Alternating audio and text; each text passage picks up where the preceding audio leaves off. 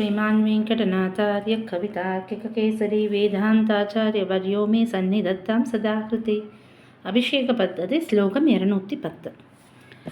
अभिषेचयतु स रामः पदेन वा स्पृशतु पादुके भवतीम् अविशेषितमहिमात्वं क्व वा विशेषक्षमा समेतानां.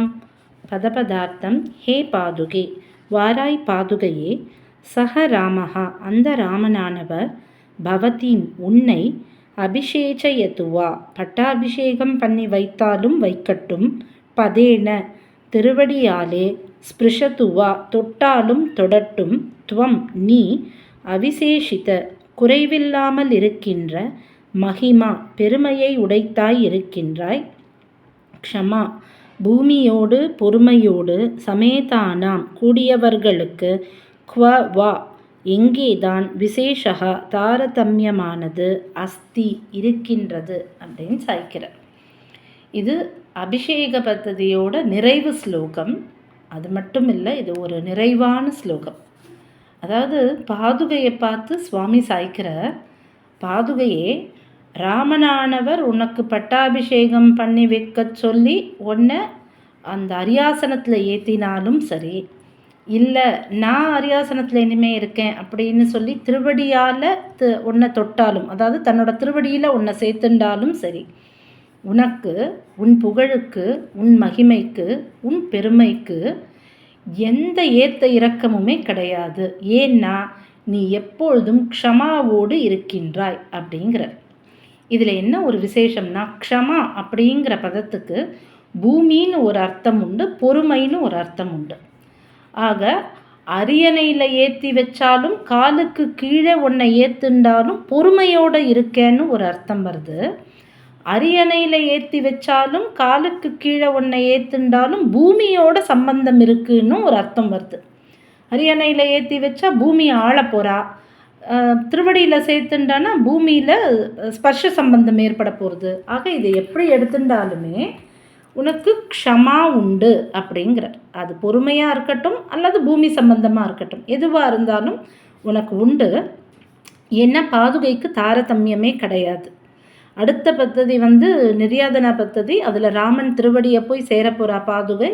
அப்படிங்கிறதுனால இந்த பத்ததியோட முடிவில் அதை கோடிட்டு காமிக்கிறார். நீ போய் அங்கே போய் சேர்ந்தாலும் சரி, இல்லை பட்டாபிஷேகமாக இங்கே ராஜ்யத்தை ஆண்டாலும் சரி, உனக்கு ஒரு குறையும் கிடையாது. ஏன்னா உனக்கு தாரதமியம் கிடையாது அப்படின்னு இதோட நிறைவு ஸ்லோகமாக இந்த ஸ்லோகத்தை கொடுத்துருக்க. இப்போ இதோட சுவாபதேசம் அப்படின்னு பார்த்தோன்னா, நம்மாழ்வாரானவர் பூமியில் ஆச்சாரிய கோஷ்டியில் இருந்தாலும் சரி, இல்லை பெருமாள் திருவடியில் நித்திய சூரியா விஸ்வக்ஷேனராக இருந்தாலும் சரி, அவருக்கான பெருமையானது எப்பவுமே குறையாது. நான் நித்திய சூரி அப்படின்னு அவர் ரொம்ப பெருமைப்பட்டவரும் இல்லை, நான் 4ஆம் வண்ணத்தில் பிறந்துட்டேன் அப்படின்னு சிறுமைப்பட்டவரும் இல்லை. ஆக பாதுகைக்கு எப்படி ராஜ்யத்தை ஆளும்போது ஒரு பெருமை, இல்லை திருவடிக்கு கீழே போகும்போது ஒரு சிறுமை, அந்த மாதிரி கிடையாதோ அதே மாதிரி நம்மாழ்வாருக்கும் அந்த நித்தியசூரின்ற பெருமையும் அவர் என்றைக்கும் ஏற்றுண்டவரும் இல்லை, 4ஆம் வர்ணத்தில் பிறந்ததுனால சிறுமைப்பட்டவரும் இல்லை. அவர் இல்லை இந்த பூலோகத்தில் பிறக்கிறதுக்கே அவர் சிறுமைப்பட்டவரும் இல்லை. அதுவே இந்த கர்மபூமியில் கால் பதிக்கிறதுன்றதே அவளுக்கு ஒரு இது குறைச்சல் தான். ஆனால் அதை கூட அவர் கவலைப்பட்டவர் இல்லை. இங்கே நமக்காக அவர் பிறந்திருக்கார். இப்போது இந்த ஸ்லோகமானது இங்கே இதோட முடியறது.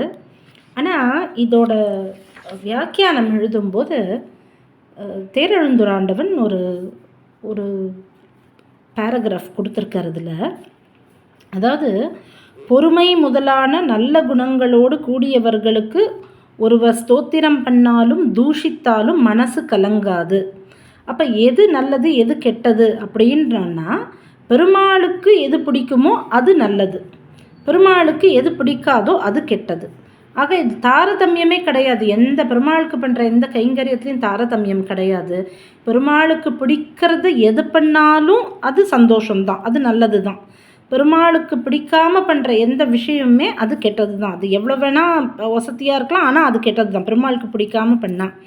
நம்மளுக்கு மேலே எஜமானனா பெருமாள் இருக்கார், அவரோட இஷ்டத்துக்கு தான் நம்ம வேலை பண்ணணும் அப்படிங்கிறது தெரிஞ்சு யார் பண்ணுறாளோ அவளுக்கு அந்த மேன்மையானது கிடைக்கும் அப்படின்னு சொல்லிட்டு வரும்போது, நம்மாண்டவன் தேரெழுந்துராண்டவன் சாய்க்கிற, நானும் இதை எழுதுகிறேனே தவிர இந்த வார்த்தை என் மனதில் படவில்லை அப்படின்னு சாய்க்கிறார். அதாவது இவர் எப்பேற்பட்ட ஆண்டவன் அப்படின்னா, இவர் டெய்லி ஸ்ரீகோசத்தை வாசிக்கும்போது, அது ஸ்ரீபாஷ்யமோ இல்லை காலக்ஷேப கிரந்தங்கள் எதை இவர் உட்காந்து வாசிக்கும்போது இவருக்கு ஏதான சந்தேகம் வந்ததுன்னா, அடுத்த நாள் பாதுகா ஆராதனத்தும் போது பூர்வர்களோட பாதுகை கிட்ட தன்னோட அந்த சந்தேகத்தை விஞ்ஞாபிப்பாராம். பூர்வர்களோட பாதுகைகள் இவருக்கு அதுக்கான பதிலை மனசில் தோன்ற மாதிரி கொடுத்துருவாளாம். அப்பேற்பட்ட ஆச்சாரியன் இவர். அவர் சாய்க்கிறார், இதை எழுதுகிறேனே தவிர இந்த வார்த்தை என் மனதில் படவில்லை அப்படின்னு எழுதுகிறார். நம்மெல்லாம் இவளோட கால் தூசுக்கு கூட சமம் கிடையாது. நம்மளுக்கெல்லாம் பெரிய பாக்கியம் என்னென்னா, இவரோட ஸ்ரீபா தீர்த்தத்தை வாங்கி ஸ்வீகரிக்க முடியறது அப்படிங்கிறதே நம்மளோட பெரிய பாக்கியம். இப்பேற்பட்ட ஒரு சுவாமியோட அவரோட மனசு, அதாவது ஒரு தேரெழுந்துராண்டவன் பற்றி ஒரு விஷயம் சொல்லுவாள், அதை இங்கே சபையில் விண்ணப்பிக்கிறேன். தேரெழுந்துராண்டவன் தேரெழுந்தூர் பெருமாளை சேவிக்கிறதுக்காக அவருக்கு விஸ்வரூபம் சேவிக்கணும்னு அவ்வளோ ஆசையாம். கிருஷ்ணனை விஸ்வரூபத்தில் சேவிக்கணும் அப்படின்னும்போது எல்லா ஏற்பாடெல்லாம் முன்னாடியே அவர் அர்ச்சகர்கிட்ட சொல்லி ஏற்பாடு பண்ணி வச்சாராம். அடுத்த நாள் விஸ்வரூபத்தும் போது ஆண்டவன் எழவே இல்லையாம். அவர் கேட்டாராம், அர்ச்சகர் கேட்டாராம், சுவாமி எல்லாம் ஏற்பாடு பண்ண சொன்னேன், ஆனால் விஸ்வரூபத்தும் போது சுவாமி எழவே இல்லையே அப்படின்னதுக்கு, இல்லை அந்த குழந்தை காலங்கர்த்தால் முழிக்கும்போது இந்த சன்னியாசி முகத்திலையா முழிக்கணும் அப்படின்னு கேட்டாராம். அப்பேற்பட்ட மனசு, அதாவது அவர் பெருமாள் நான் முதல்ல நின்றுட்டு சேவிக்கணும் அதெல்லாம் இல்லாமல், அது கிருஷ்ணன் குழந்தை, அந்த குழந்தை ஒரு சன்னியாசி முகத்திலேயா கார்த்தால் முழிக்கணும்னு யோசிக்கிற அளவுக்கு வாத்சல்யம் பெருமாள் கிட்ட அவளுக்கெல்லாம். அப்பேற்பட்டவர் சொல்கிறார், இதை எழுதுகிறேனே தவிர இந்த வார்த்தை என் மனதில் படவில்லை அப்படின்னு. இவரோட ஸ்ரீபா தீர்த்தம் வாங்கி ஸ்வீகரிச்சுண்டு நல்ல புத்தி நமக்கு கிடைக்கணும். இந்த ஆச்சாரியரோட அனுகிரகம் ஜென்மாந்திரத்தில் பண்ண நல்ல சுகிருத்தத்தினால தான் அந்த அனுகிரகமே கிடைக்கும்.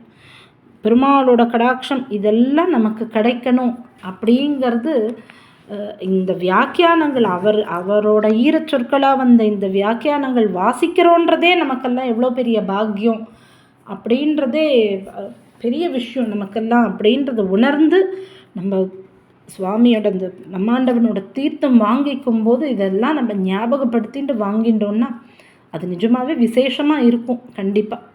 ஆக இந்த ஸ்லோகத்தின் மூலமாக சுவாமி சாய்க்கிறது என்னன்னா, பாதுகைக்கு தாரதமியம் கிடையாது, அதே போல் ஆழ்வார்களுக்கு தாரதமியம் கிடையாது, நம்ம ஆச்சாரியர்களுக்கும் தாரதமியம் கிடையாது. இல்லைன்னா நம்மளை மாதிரி இருக்கிறவாளுக்கு கூட இந்த பாதுகா சகஸ்ரம் போய் சேரணும் அப்படிங்கிறதுக்காக இதை இவ்வளோ எளிமைப்படுத்தி தமிழாக்கி நமக்கு புரியற மாதிரி பதார்த்தம் கொடுத்து இவ்வளோ தூரம் இறங்கி இவெல்லாம் நம்மளுக்காக பண்ணியிருக்கா அப்படின்னா, இந்த வார்த்தையானது இதை வாசிச்சுட்டே வரும்போது என்னை ரொம்ப அசைச்சுட்டு, எனக்கு அது ரொம்ப தாங்கலை அந்த வார்த்தை.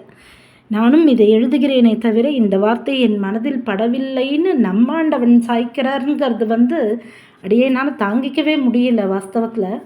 அது சபையினரோடு பகிரணும்னு. ஏன்னா அடுத்த தடவை நம்மாண்டவன் தீர்த்தம் வாங்கிக்கும் போது ஸ்வீகரிக்கும் போது நம்ம இதை ஞாபகம் வச்சுட்டு அப்பேற்பட்ட சுவாமி இவர் அப்படிங்கிறது உணர்ந்துண்டு நம்ம இதை ஸ்வீகரிக்கணும் அப்படிங்கிறதுக்காக இங்கே விஞ்ஞாபிக்கிறேன். அடியேன் கவிதார்க்கிக சிம்மாய கல்யாண குணசாலினே ஸ்ரீமதே வெங்கடேசாய வேதாந்த குருவே நமஹ.